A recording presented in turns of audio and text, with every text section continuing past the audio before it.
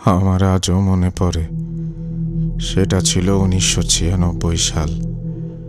মাত্র 15 বছর বয়সেই আমি একটি বড় জুয়েলারি প্রতিষ্ঠানের মালিক হয়ে যাই। এখন নিশ্চয়ই আপনারা ভাবছেন, এত ছোট একটা ছেলে কিভাবে একটা জুয়েলারি ব্যবসা করতে পারে, বা এত টাকাই বা কোথা থেকে এলো। ওই যে বলছিলাম, আমার পরিবারের আর্থিক অবস্থা খুবই ভালো ছিল। আমি যেই কাজ 5 লাখ টাকা দিয়ে শুরু করেছিলাম, সেই কাজ এতই উন্নতির দিকে যাচ্ছিল যে মাত্র 3 বছরের মধ্যে 5 লাখ টাকা 50 লাখ টাকায় পৌঁছে গিয়েছিল। 50 লাখ তখনকার সময়ে অনেক টাকা।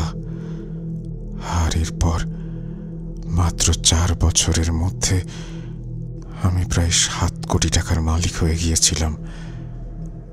আমি যেই সময়ের কথা বলছি, সেই সময়ে দেশে লাখপতি হওয়াটাও একটা বিশাল ব্যাপার ছিল, কিন্তু সেটা আমি মাত্র 22 বছর বয়সে অর্জন করেছিলাম আল্লাহর রহমত ও আমার পরিশ্রমের মাধ্যমে। আজ আমি তোমাকে যে ঘটনা পাঠাচ্ছি, তা আমি অন্য কারো মাধ্যমে পাঠাচ্ছি, কারণ আজকের দিনে আমার কাছে নিজস্ব বাড়ি, মোবাইল, গাড়ি কিছুই নেই। যদি থাকতো তাহলে নিজেই আমি তোমাদের শোতে ঘটনাটি পাঠাতাম। অথচ এমন এক সময়ে আমি কোটিপতি ছিলাম যখন অনেকে লাখপতিও ছিল না।